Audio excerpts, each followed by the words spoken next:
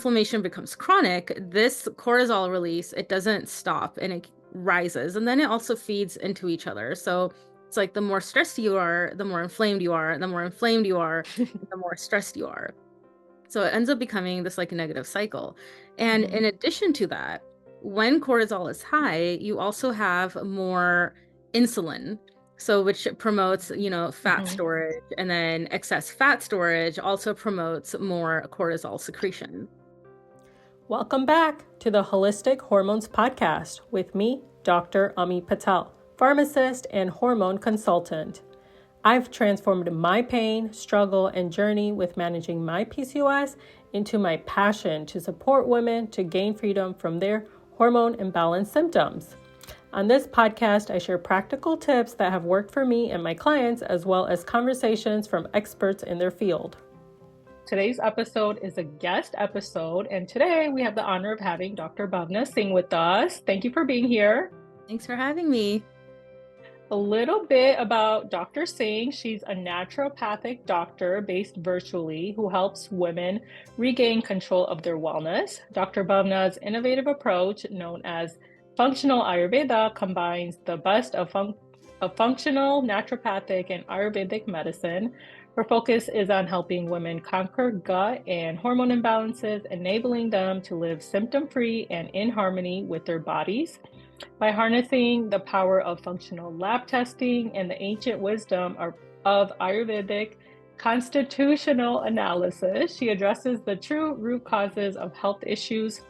Driven by her passion for empowering women, Dr. Bhavna is dedicated to providing comprehensive and holistic care, ensuring lasting wellness for her patients. She received her training from the National University of Natural Medicine, and she holds expertise in functional medicine trained from IFM and Aviva Ram, MD, as well as being an Ayurvedic practitioner. So a lot of expertise and experience, and I'm really excited to get your input on the topic that we're discussing today. But yeah, thank you again for being here. Yeah, thanks for having me. I'm excited to be here and talk about inflammation, fertility, gut health, PCOS, wherever the Yeah. Well, first, tell us a little bit about why you do what you do and how you got into this work. Yeah, so I mean, my story, I'm sure other people in the wellness field too, like we get into this because of ourselves. So I was Mm-hmm. diagnosed with PCOS when I was 14, along with Hashimoto's, an autoimmune condition as well. So I was put on birth control and I was never really given any insight into, how to take care of my body. The birth control completely messed me up. I was on it for like 10 or 15 years. And in addition to that, also had insulin resistance, chronic inflammatory response syndrome. So just like a lot going on all at once. And I wasn't able to find a practitioner that was like, okay, let's peel back the layers and figure out, Mm-hmm.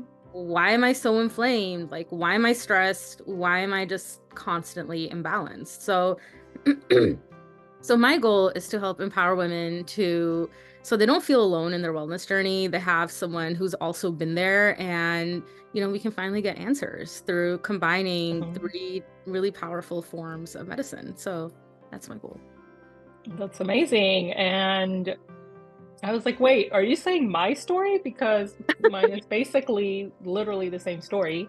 And Yeah. like, I couldn't find the help I needed. And so then, Mhm. I started the holistic route, but I love how you incorporate the functional, naturopathic, and Ayurvedic, like trifecta, I guess. No, they're all really powerful medicines and they give you answers as to why something is happening. Because until Yeah. you don't find out why, everything else is a band-aid. And, you can Mm-hmm. take all the medications in the world, Yeah. whatever, but that's not going to heal you from the inside out.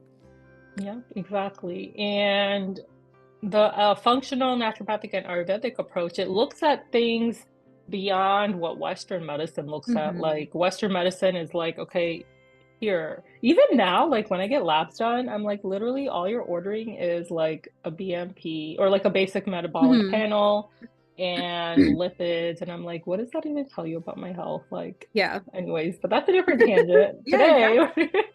Yeah, so I know, like, the three things that you Mhm. specialize in looks a lot deeper than just like basic Western medicine labs, is my point. Yeah. Yeah. No, I love the Western medical labs too. They can give you a lot of good insight, but we need more. We need more information. Yeah, yep.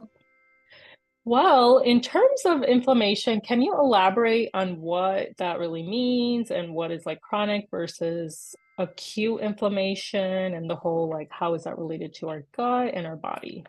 Yeah, so inflammation is a normal part of human functioning. Like we need it. It happens, on a daily, regular basis. It's a normal physiologic process. So it's whenever the immune system is responding to something in the body. So something that irritates it. So this could be getting a splinter, getting, Hmm. like getting like the common cold or stubbing your toe and then it's like swelling. So all of that is acute inflammation and it's necessary. So it's just a response to some injury, some irritant, something like that. And so when it's acute, it'll eventually stop once, everything is Hmm. mediated and like the threat is no longer there. But chronic inflammation is a dysfunctional process and it wreaks havoc on your entire health. So this is when, your body is producing these pro-inflammatory cytokines without the presence of an injury or any harmful Mm. agents. So chronic inflammation can last months, years, or even a whole lifetime if Mm. it's, not addressed properly. And so many conditions are actually inflammatory conditions. So you have like heart disease, you have diabetes, all of these things Mm. that are chronic long term do have some like root cause and inflammation. And most diseases in America are actually chronic illnesses. Mm. So it all ends up going together. So yeah, so like, you know, the causes of chronic inflammation can be like, autoimmune disease, like you're eating inflammatory foods, like ultra processed foods on a regular basis, lack of movement, obesity, smoking, not sleeping properly. So if people who are like night shift workers, they are also prone to having higher rates of inflammation, stress, trauma, and then stealth infections, which go unnoticed in so many people. So, like parasites, viruses, and the big one being mold, Mm. contributing to that Oh, chronic inflammation picture. So, it's basically like, the stressor isn't there anymore, but your cells and your body are still like, okay, there's a threat somewhere nearby. And it gets stuck in that process. wow. That's a lot of things. It really is. Yeah. Yeah. So, yeah, and for a lot of people, this chronic inflammation really is at the undercurrent of so many things that they're experiencing. You know, Hmm. like mental health concerns and like weight changes, how susceptible you are to getting illnesses, brain fog, all of that. So, yeah, it's a lot. It is, it is. It's so frustrating because like our society, I feel like is prone to make us inflamed, like ultra processed foods, right? Like, Mhm. I Yeah, mean, they're like everywhere. unless, yeah, exactly. They're everywhere. Like I work in a hospital and I used to work night shift and I Mhm. used to do that. And I'm like, yeah, this is probably not great for my health, but Yeah. I had to do that for Mhm. a few years. But Yeah. yeah, yeah, just, thinking about all the factors that might be contributing to inflammation for me. But anyway, so how does that impact our gut and our hormones? Yeah, so when it comes to hormones, like the biggest one being cortisol. So, cortisol and stress hormone. So, when there's an acute injury, it is produced in large amounts and then it will stop once the injury also, resolves. However, when the inflammation becomes chronic, this cortisol release, it doesn't stop and it rises and then it also feeds into each other. So, it's like the more stressed you are, the more inflamed you are, the more inflamed you are, the more stressed you are. So it ends up becoming this like negative cycle. And Mhm. in addition to that, when cortisol is high, you also have more insulin. So which promotes, fat Hmm. storage, and then excess fat storage also promotes more cortisol secretion. And and then in addition to that, higher level of chronic inflammation will also um it'll also affect thyroid hormone. So then you also start getting, your classic like hypothyroid symptoms. Mm. So all of that ends up going together, especially with the thyroid. And then you also have like estrogen. So low estrogen levels are also correlated with higher amounts of inflammation. And so when it Mm. comes to hormones, I definitely don't think that when hormones are becoming imbalanced, that they're becoming imbalanced because they feel like going crazy. Like Correct. hormones, Hmm. like they're messengers. So they're gonna tell something, another part of the body, like, hey, do this, or hey, don't do this, or whatever. They're Yeah. messengers. So when you peel back the layers a little bit more, like what are the things that are impacting like hormones to go crazy? So yeah, food is a big one. Your gut health, like are you able to Yeah. detox estrogen properly, or are you having excess estrogen circulating in your body? How's your liver functioning? And Hmm. then when you are inflamed, your liver is not going to be functioning as well. I'm not, like a big fan of like, oh, take this for detox or this or that. Your liver is a detox organ, but you can help it along by, doing anti-inflammatory type things, which also help your liver. So all of it, goes together. Nothing in the body happens in a vacuum. So like if you are inflamed, it doesn't Hmm. Hmm. mean that like that inflammation is like just localized like in your, reproductive system or Right. other hormones or your gut. It's going to be everywhere. So like with when you are inflamed, maybe, are you eating like a lot of ultra processed foods? That's going to cause inflammation in the gut. It could lead to leaky gut, and then that leaky gut could lead to autoimmune disease. That leaky gut could lead to having more acne, so your face is just, Mm. constantly red, or like, whatever it is. Nothing ever happens just because one thing wants to go out of balance.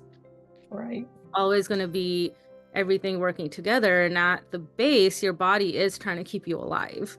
It's trying to keep you functioning, so it's trying its hardest to just do its job. And sometimes when there is a lot going on inflammation wise, it really is doing its best, even Wow. though it might seem like, hey, why are you being crazy right now? Yeah, and I think the other thing is like when we don't understand this, it's when we think that like our body is failing us or that like Mhm. we're working against our body, but Yeah. getting this understanding, you can start working with your body Yeah. to decrease Yeah. that inflammation.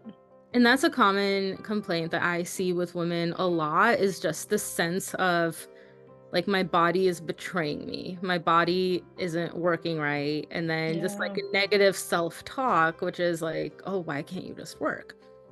And interestingly enough, the negative self-talk as well, and like any past traumas, also lead to high stress in the body, and high stress will lead to high inflammation.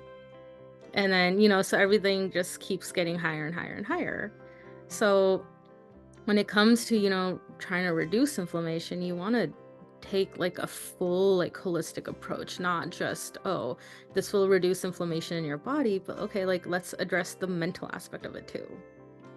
Yeah, definitely. Yep, that's why we, connect. Like we have similar like way of practicing and goals and approach. So Mm-hmm. yes, definitely, definitely. So one question commonly, well, I guess this is sometimes controversial, I guess, like does gluten and dairy cause inflammation for everyone? And what are your thoughts on eliminating those items for hormone health? Yeah, so dairy and gluten themselves, like they don't cause inflammation for every single person. However, bad manufacturing processes and bad harvesting does cause inflammation for every person. So this could be wheat Mm. that is heavily sprayed with glyphosate. This could be conventionally raised dairy where they're pumping the cows full of like God knows what, and it's just not like it's just not good food at the end of the days. And these two happen to be the most adulterated products.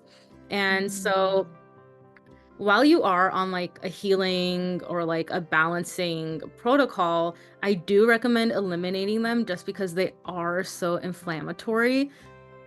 And when you are already mm, dealing with inflammation, like let's not add more fuel to the fire, right? So yeah. let's eliminate it. And also, gluten does have a tendency to cause leaky gut. Mm, And that leaky gut, excuse me, does lead to inflammation.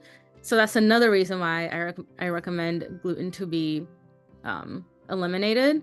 And like that whole like all disease begins in the gut. Well, all disease, it does begin in the gut, but it especially begins in the leaky gut. And most people do have leaky gut. It's like 80% of the population or something does have leaky gut. And I'm not sure if you're familiar with the work of Dr. Fasano. So he is a gliadin gluten researcher, like really big in like leaky gut. So according to him, like the gliadin protein creates a leaky gut in everyone, but the degree of how well the tight junctions like become tight again, that differs in everyone. So obviously if you have like celiac disease, that is just not happening, mm, but most people do have some level of gluten sensitivity, and it's all about mm, finding, what feels good in your body. But yeah, if you are suffering with inflammation or any kind of other issue, I do recommend to avoid these things until your body is just a little bit more balanced. The goal is not to eliminate any food for the rest of your life. mhm. But, when you are dealing with like inflammation with PCOS and like whatever, yeah, like let's not add more fire. We want to like reduce it. Can you elaborate, like, what is leaky gut? And yeah, I don't even know what that means exactly. Yeah, so our gut lining is actually one cell layer thick. And so that seems like it's a bad design, but I don't know, I didn't make it. So, like, pretend like this is like our gut lining. So, this is Mhm, what a normal healthy gut is like. There's like whatever is in the gut stays in the gut. And then this is, like our blood, our like circulation.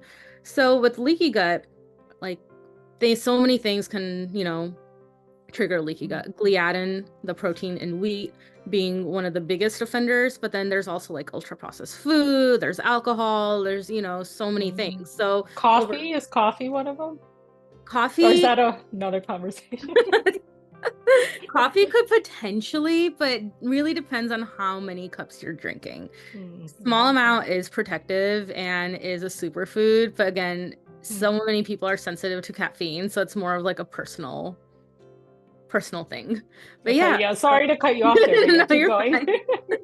So, but in leaky gut, so like the cell lining actually like becomes like open. So these tight junctions, they're not there anymore. And then like so you have like food particles passing through, bacteria passing through, various toxins passing through, and they pass through your bloodstream and then they get sent, all over the body. So this could also be one of the big reasons why people experience brain fog, they get acne, they get joint pain, they, feel like they're Mm, getting sick commonly, or autoimmune disease. Autoimmune disease and leaky gut go hand in hand. Like you cannot have one without the other.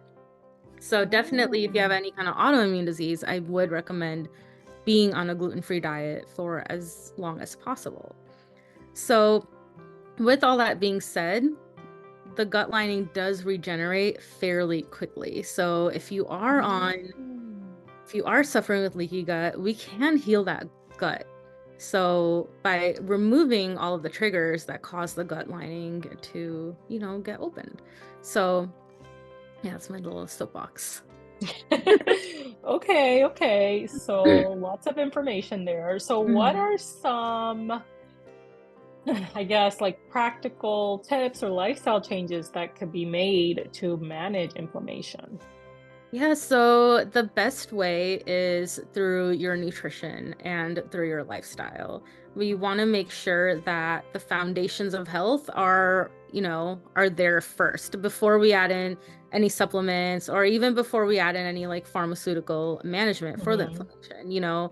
So we want to make sure that like the foundation of your body is strong. So nutritionally, this looks like, yeah, removing that gluten, removing alcohol. I know that like the sober curious movement is, going strong these days, which is really good because it's just helping your gut and your body even more. Yeah. Hmm. Removing ultra processed foods. Now, the fun thing is that when you go on a gluten-free diet, a lot of the ultra processed foods also end up being eliminated, because like your like pastries and like your cakes and your like Hmm. Cheez-Its and like all of those things, even like fast food items.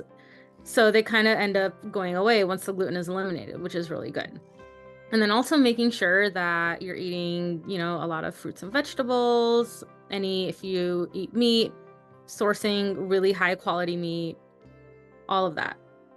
And then lifestyle wise, making sure. Wait, sorry. Oh, sorry. Before you get to that, no, just since we're on the topic of the food, Hmm. and you mentioned like, okay, most like if you cut out gluten, then Hmm. you may be eating more like non-processed foods. But I think it's also worth noting or getting your opinion on like, I feel like then people strive to get like, oh, this is gluten-free, this is gluten-free, let me get this. But I noticed a lot of that stuff is like potato starch based Yeah. or rice flour based, Hmm. which is of course like, going back to it being like a simple carb that can Yeah. spike insulin. Yeah. So what are your thoughts on that or anything you want to add to that? Yeah. But just for people to know that, be careful of foods like Hmm. substituting out gluten for other processed foods, basically. Yeah, exactly. So when I look at like processed foods and everything like that, there's like grades to it, right? So like level one is like, a banana and it's like full form. And then level two might be like homemade banana bread. Like you're turning that food into something. But like you're able to Mhm. make it at home, very minimal ingredients. And then maybe level three is like getting a little bit more processed. So this I feel like would be, I don't know, like the siete tortillas or like their chips or like whatever, Mhm. still like still good ingredients and like not terrible. Like Yeah. then you have like level four, which is your ultra processed foods. So I would consider that to be like Cheetos, Lay's, like Mhm. pastries, that you can just pick up at the grocery store. So like those are like the really bad foods.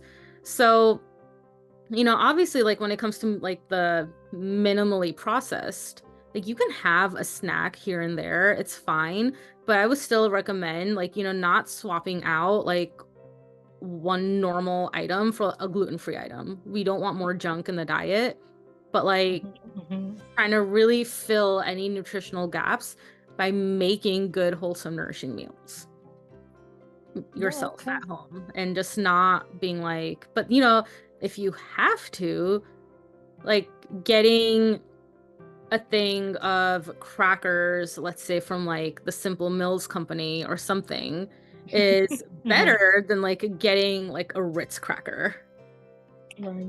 Yeah. so Okay. Okay, yeah. okay.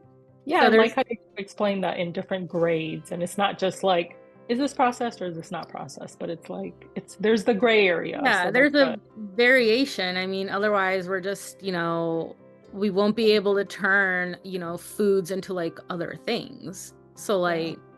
like I made pizza the other day, but I had to mix things to like make the dough. So like that's Yeah. still processing, but there's a Mhm. difference between like minimally processed and like ultra processed. And ultra processed is the stuff that we want to stay away from. Okay, good. Okay, thank you for that clarification. And you were saying lifestyle modifications Oh yeah. for the inflammation? Yeah, so making sure you're getting enough sleep. Sleep is so restorative, it's so healing. And also just linking this back to Ayurveda, especially the time between 10 p.m. and 2 p.m. No, 10 p.m. and 2 a.m. is a pitta time. So Mm. we want to be able to sleep before this, otherwise we'll get a second wind, and once that happens, we're not able to sleep, and then Mm. and Amazing. interestingly enough, too, that is also the time when a lot of healing happens in the body. Hmm. So we want to make sure that we're sleeping by 10, we're waking up, around like anywhere between like 5 and 7, depending on what you individually need, and kind of following that rhythm of the sun, because that naturally is Mhm. going to lead to less inflammation in the body. And then also stress reduction, stress and inflammation go hand in hand. So this could be going on like a hike regularly, getting out in Mhm. nature, meditating on a regular basis, breathing exercises like pranayama. All of that will Mhm. help to reduce the stress in the body and also balance out just like the energies to where it's not favoring, like more heat. Like, so you're Mhm. balancing the hot and the cold as well. Okay. And beyond that, also just getting like beyond the basic lab work offered in conventional medicine. So getting more advanced testing. So getting some stool testing done to see, okay, are there any, like, what's the microbiome looking like? Are there any overgrowths? Are there any pathogens, parasites? Is there any H. pylori? Because all of that also contributes to inflammation. And so many of these things are silent. So really Mm. addressing these through stool testing, doing mineral testing to see what your mineral status is like. And beyond that, there's like a lot of herbs, but I do recommend caution with taking like herbs and things like that. There's so many brands out there that are all like, Yeah. oh, like reduce inflammation, reduce stress, blah, blah, blah. And it's really important to work with a practitioner who can guide you to like the right product or Right. like right supplement. Otherwise, you're just throwing money and just like seeing what sticks. So we want like things that, Yeah.